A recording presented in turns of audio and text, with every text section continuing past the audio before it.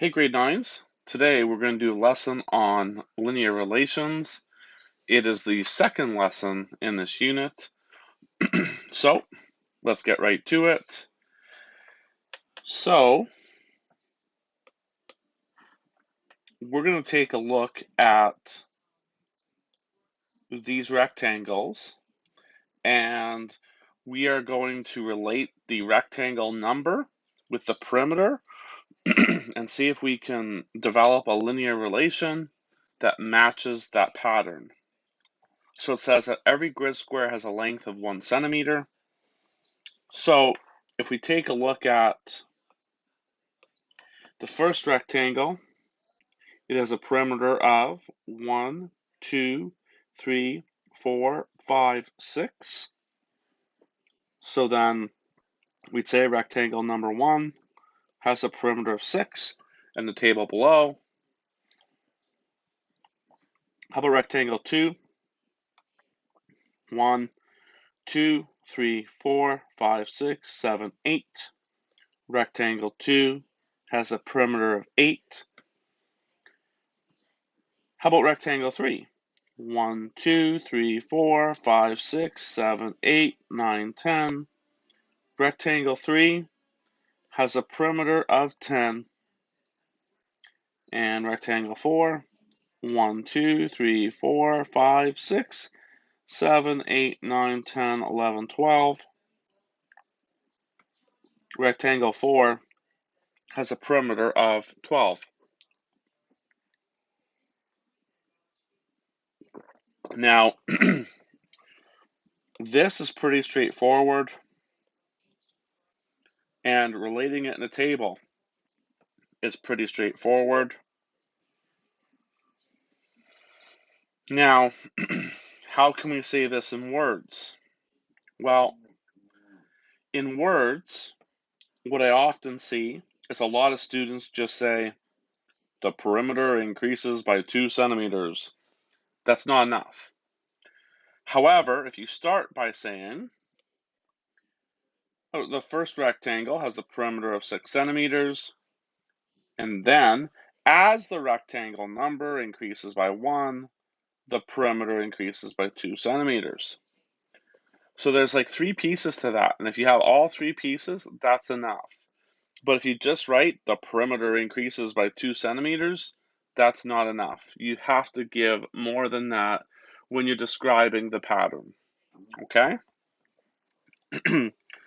Now we could go ahead, so we see that we can relate that pattern in words in a table. We could also do it in a graph. And the graph is down here. Rectangle 1, perimeter of 6. Rectangle 2, perimeter of 8. Rectangle 3, perimeter of 10. Rectangle 4, perimeter of 12. And we can also see that as you go over 1, in other words, as you go up a rectangle, you go up 2 on the perimeter, and that's why there's a 1 and then the 2 in the diagram. As you go up 1 in the rectangle, you go up 2 in perimeter, up 1, over 1, up 2, over 1, up 2. And in grade 10, or maybe even grade 11, depending on which math stream you take, you'll talk about the slope of a line, and the 1 and the 2 will make more sense in that sense, but we don't really need to worry about all of that right now. We just have to really see that as the rectangle goes up 1, the perimeter goes up 2. Now, so if we were to graph it, we would go ahead and draw a line through those points, and it would probably, well, it could start here, and it could keep going and going and going and going, like that. That's how we would draw a line. I know some of you are not going to have rulers with you at the moment. That's okay. If you don't have a ruler, you can go ahead and just use the side of a phone, the side of a, if you have a calculator, anything, even if it's a side of a book, that would be fine. whatever it takes to draw that line. So the graph is yet another way to describe the relationship between the rectangle number and the perimeter. There's also an equation, and the equation is tough because you have to be able to come up with the equation yourself. And this is a really tough thing to do. The only way you get good at this is by practicing, okay? And as you can see, all the answers are here, but how do we get there? And how we get there is really shown right here in the table. The 6, 8, 10, and 12 are broken down further. And let me explain that. So when we take a look at those numbers, it's the 6 is 2 times 1, which is the rectangle number, plus 4. 2 times 2 plus 4. 2 times 3 plus 4. 2 times 4 plus 4. So it's 2 times the rectangle number plus 4. 2 times the rectangle number plus 4. In this unit, we talk about the idea of a variable. We talked about that when we did inequalities. So it's 2 times the rectangle number plus 4. Well, in our equation here, this is our 2. This is our rectangle number, and it's a variable. And here's the plus 4. So there's our equation. The perimeter is 2 times the rectangle number plus 4.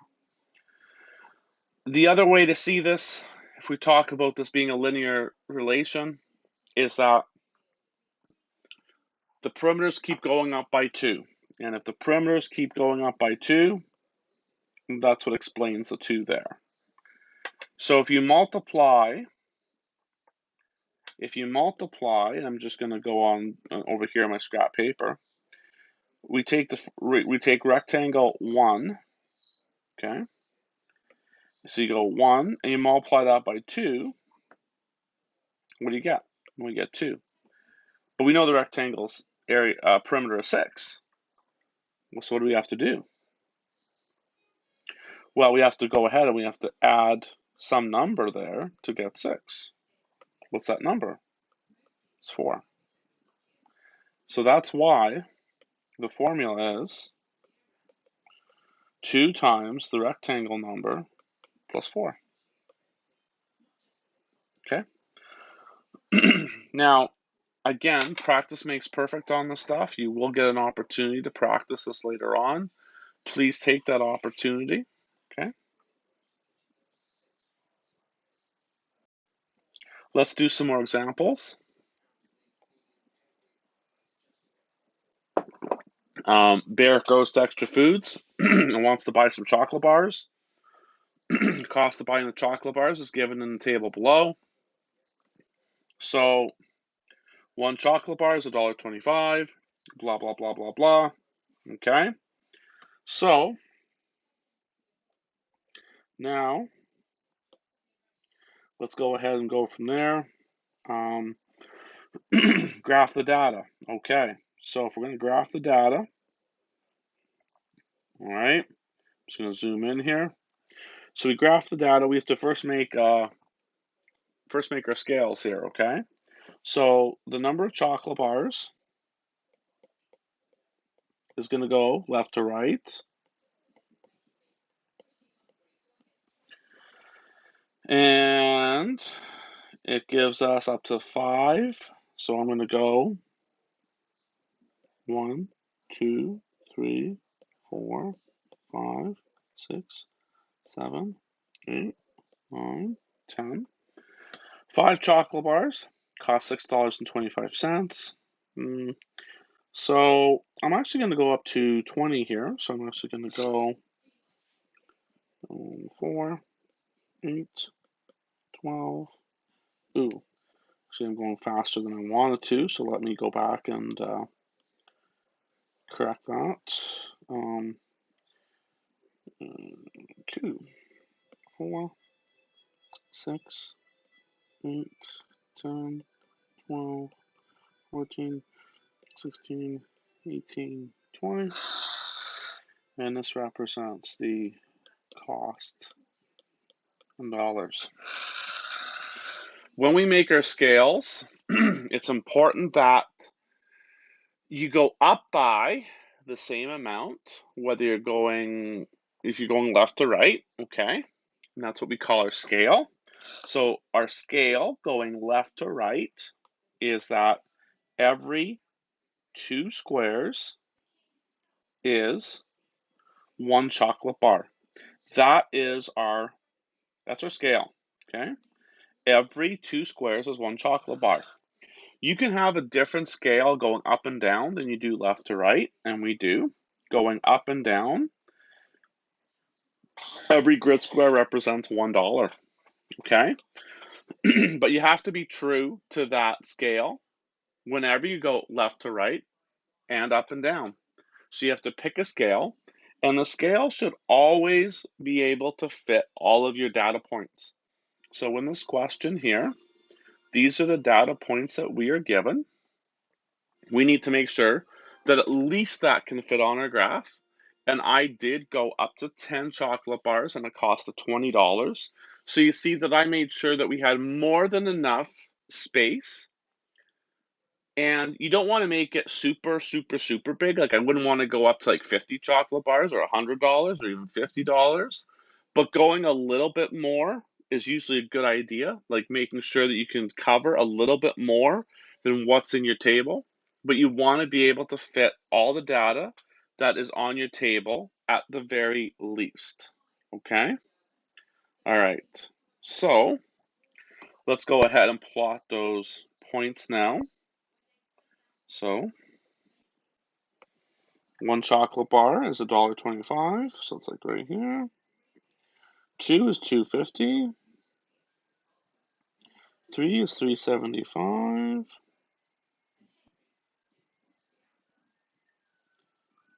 3 is $3.75. 4 is $5. And 5 is $6.25. Now, once you have those plotted, you can go ahead and draw a line. We know that 0 chocolate bars would cost $0. So use something straight to connect those dots. And I'm going to go ahead and extend that to the origin there. And then I'm going to go ahead and put some arrowheads there. So that is the relationship between the number of chocolate bars and the cost. Okay? Now, is the relation linear? Why or why not? How do we answer that question? Well, when you join the point, does it make a line? Does it make a straight line? So like if it makes a line that looks like this or like this, those aren't linear. Has to be a straight line. So the answer is yes.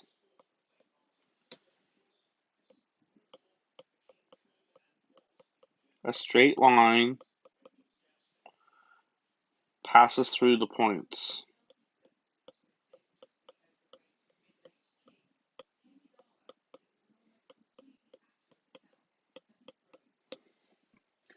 Now describe the pattern.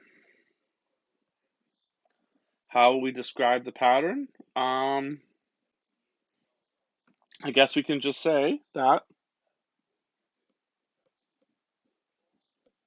each chocolate bar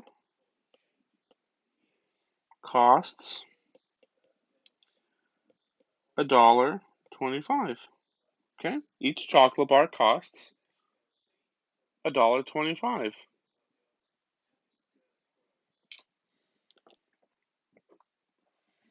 Okay, all right, moving on. So now we don't have a word problem per se. We have just a question, and it's like an equation. The equation that we're given is y equals 24 minus 3x, and it wants us to create a table of values, and it gives us a little hint to use x values between -3 and 3. So basically what we want to do for this is we want to go ahead and we want to take 24 minus 3x, and we want to take where the x is, and we want to substitute in the following values: -3, -2, -1, 0, 1, 2, and 3. So I just wrote down 7 numbers there. So basically, we want to do that 7 times, okay? So let's go ahead and get started then. So we'll start off with -3. 24 minus 3 times -3. 24 plus 9 is 33, okay? It does say to make a table of values, so let's go ahead and do that table of values down here. It'll help us graph this.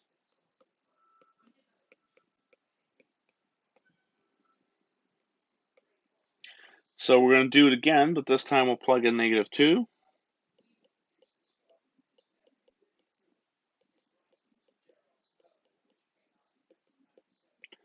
So we get 30.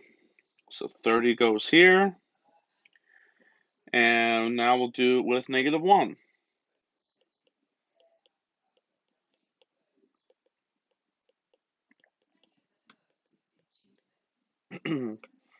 And there's 27. Now, if you do this a few times, you might be able to see a pattern. Can you see a pattern with what we get for y?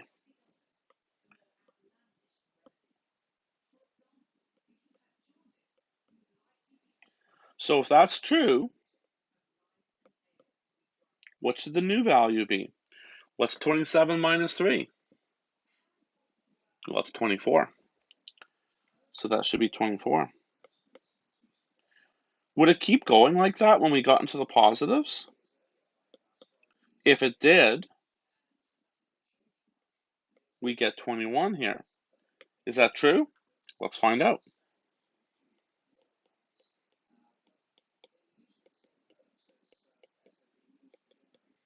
So it is. So I'm going to key that in. Well, now that we know we're just subtracting 3, we can finish the table out. Now that we got our table finished out, we can go ahead and make our Cartesian plane so we can graph this. All of our y values are positive, and our x values are positive and negative. So how are we going to make a Cartesian plane here to help us? Well, what we'll probably do is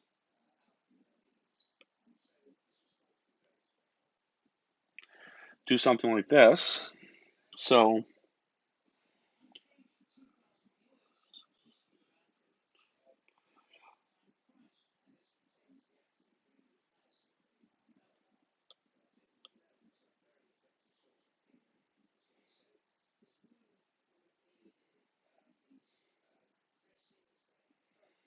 okay, just going to extend this a bit.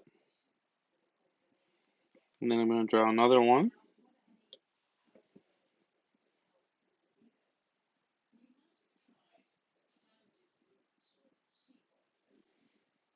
Let's move it down a touch.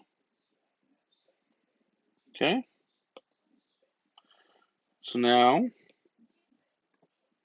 just going to put some arrowheads on the ends of these. And then we're going to do our scale. The X scale is going to be pretty straightforward.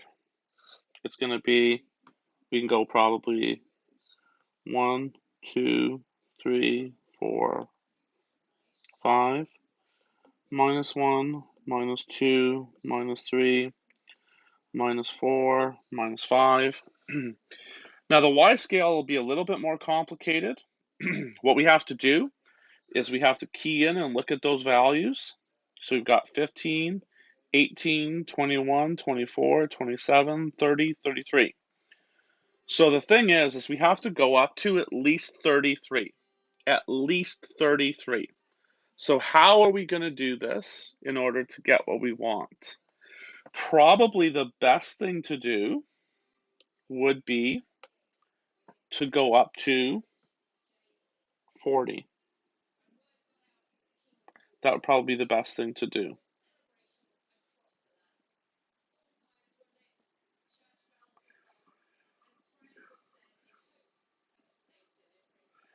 So let's go up to 40. And there's 20 grid squares here. So every grid square is worth 2. So that means that's 10. That's 20. It's 30. Oops. I did my 31 too high, so I'm just going to erase it. Put down 1. There we go. So now we can plot those points. So -3 and 33 would be right here.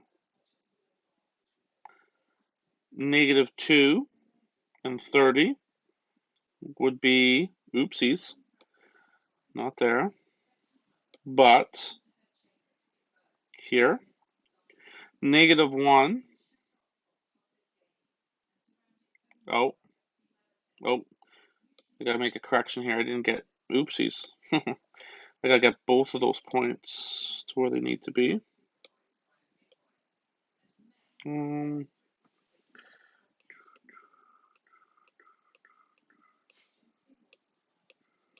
There we go. Okay, so -3 is up here. 33 is right here. -2 and 30 right here. No, I did the same thing. That's where it needs to be. And -2 and 30 be right here. -1 and 27 will be here.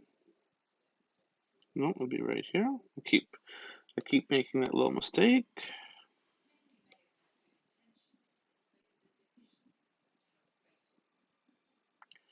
Zero and 24 right here. 1 and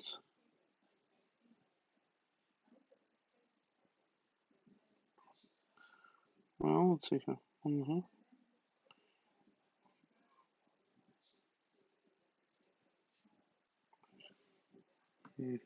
Actually, keep making little boo-boos.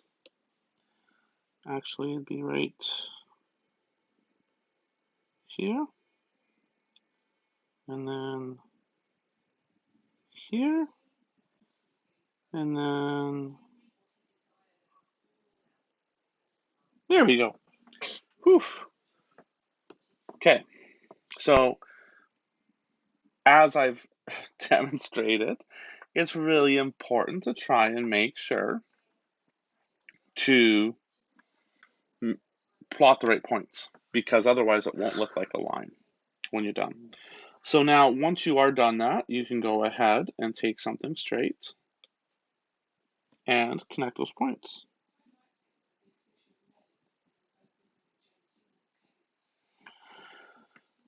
make sure that your line goes through both all the points and also goes through the whole grid. And it asks us this question right here. Does it make sense to join points? We often ask ourselves that question. If we have to think about whether in between values are possible. So if we were looking at the last question that we did with Barrett going to buy the chocolate bars at Extra Foods, we looked at the cost of 1 chocolate bar, 2 chocolate bars, 3 chocolate bars, and so on.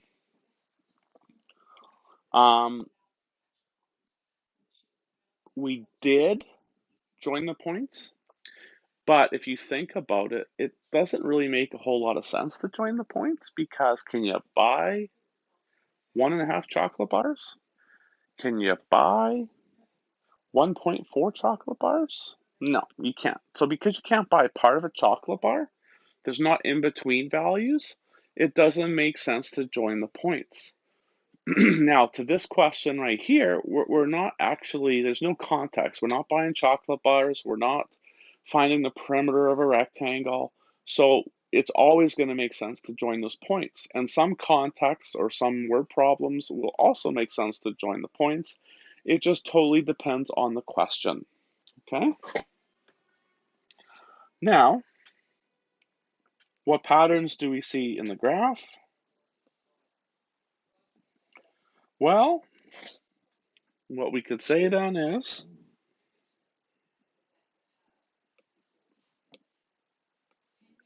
we could say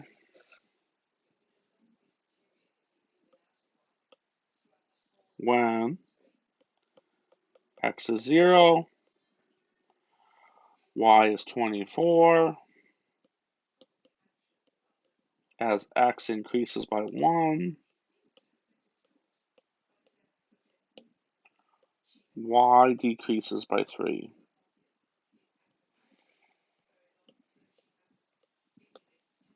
And there we have it.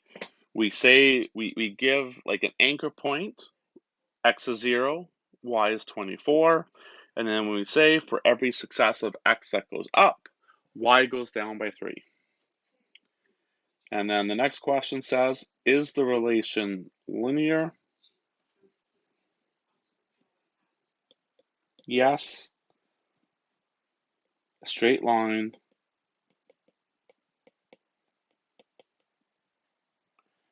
goes through all points. Okay. All right. So we have one more example to do. So let's get down to it.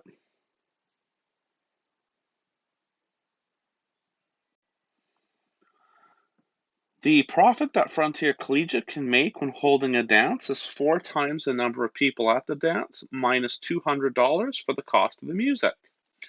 Write an equation that relates the profit to the number of students who attend. So this is the whole make the equation. Make the equation is tough. Make the equation is really tough. Again, until you get that practice. It's like riding a bicycle. Once you do it more and more, you'll feel more and more at ease, but it will take a while to reach that comfort level.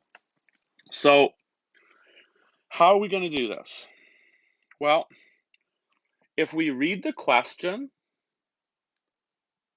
the answer is in the question. And that sounds kind of corny, but it's true. If you read the question, everything we need is there. So let's look at the keywords in the question. So profit is 4 times the number of people minus 200. Those are the key words, and that tells us everything we need to know.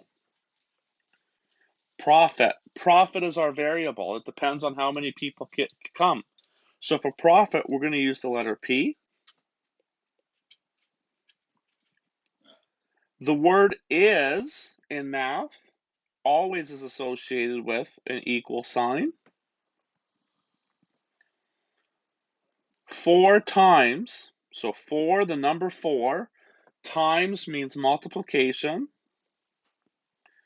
The number of people, well, the number of people is another variable. It's another thing that can change. So we're going to let the letter N represent the number of people. And then minus 200 is the last piece of that. Okay? So there it is. There's our equation that we can work with this question. P equals 4 times the number of students minus 200. Now that we have that, we can go ahead and create our table of values. So let's make our table of values.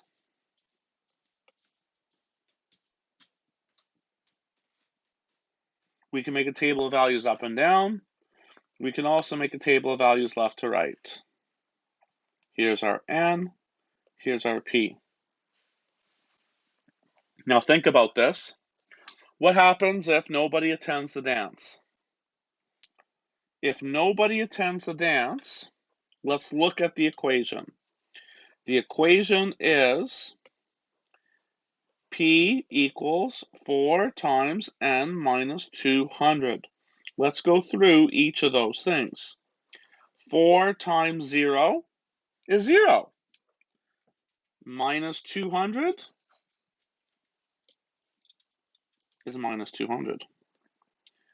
So there's still $200 in the hole if nobody shows up to the dance. Okay. Now, let's go ahead and work out some more values.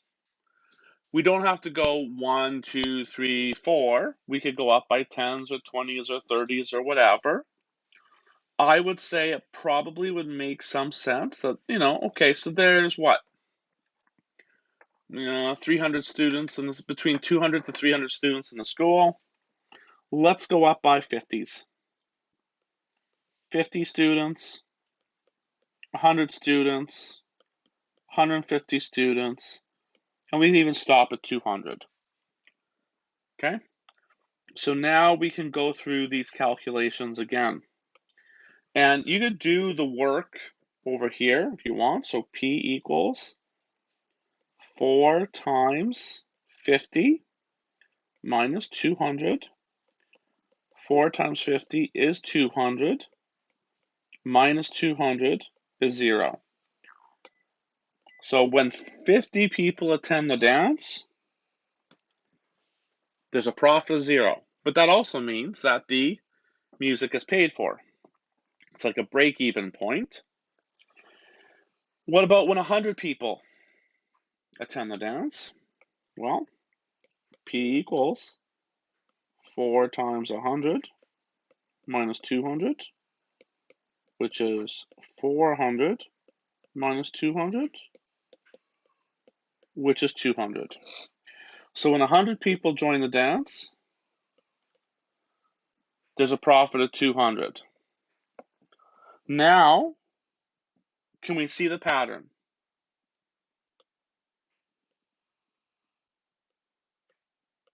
Each time it's going up by 200. So that means that should be 400 and that should be 600. And if you do the calculations manually or on a calculator in your head, whatever, you're going to get that as well. So now we can go ahead and graph the data.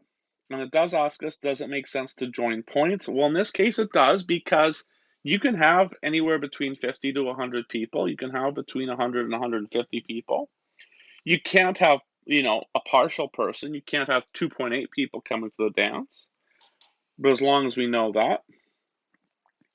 So let's go ahead and graph this then.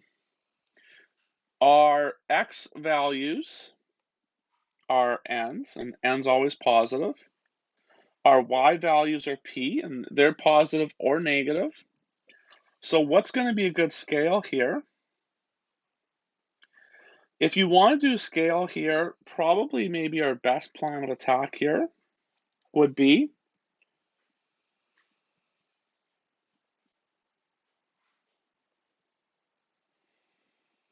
something like this.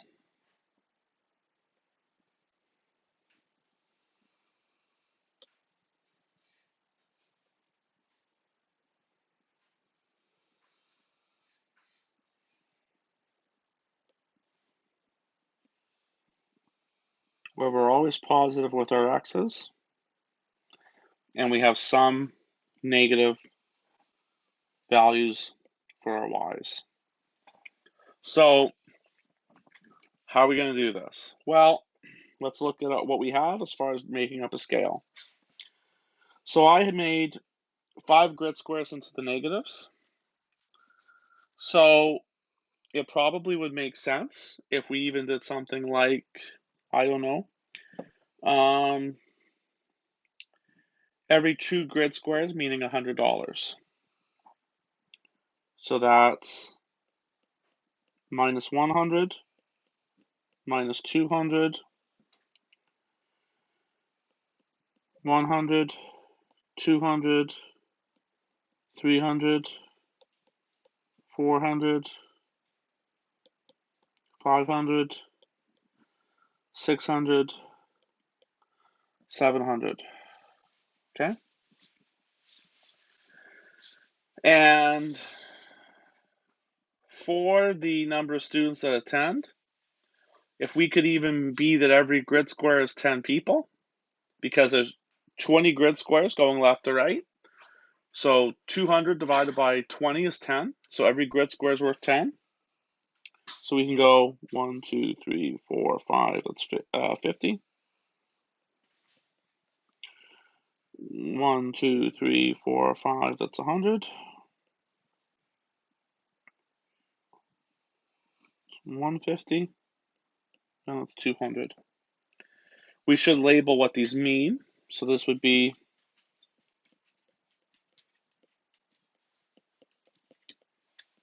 people down.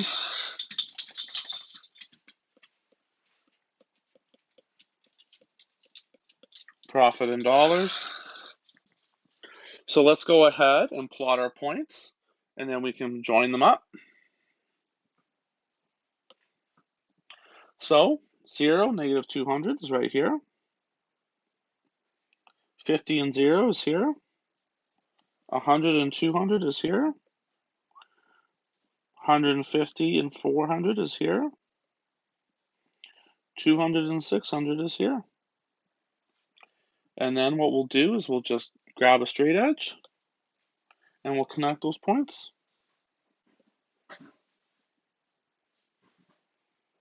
And we'll add arrowheads here, except there's not going to be an arrowhead here, because if it goes any further to the left, then what we're saying is it's possible to have negative people. And it's not possible to have negative people showing up to a dance. So there will only be an arrowhead up and to the right, not down and to the left. Okay? And we already talked about it does make sense to join the points because you can have people in between 50 to 100, in between 150 and 200. You just can't have a part of a person show up to a dance. And now we're going to finish this question and this lesson with this. How many students must attend the dance for Frontier Collegiate to earn a profit? What's that number? Well, earlier we said 50 was the break-even point. Now 50 means that we have a profit of 0.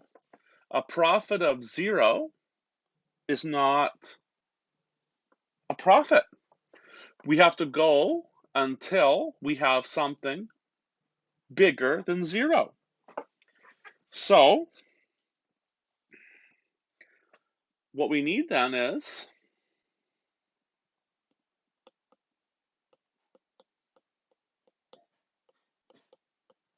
one more person. 50 is the break-even point. So we need that 51st person.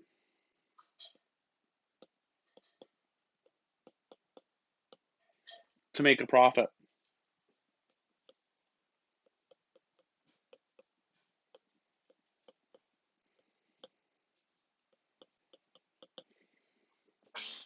And there we go. Your homework is on pages 170 to 172, questions 4 to 15.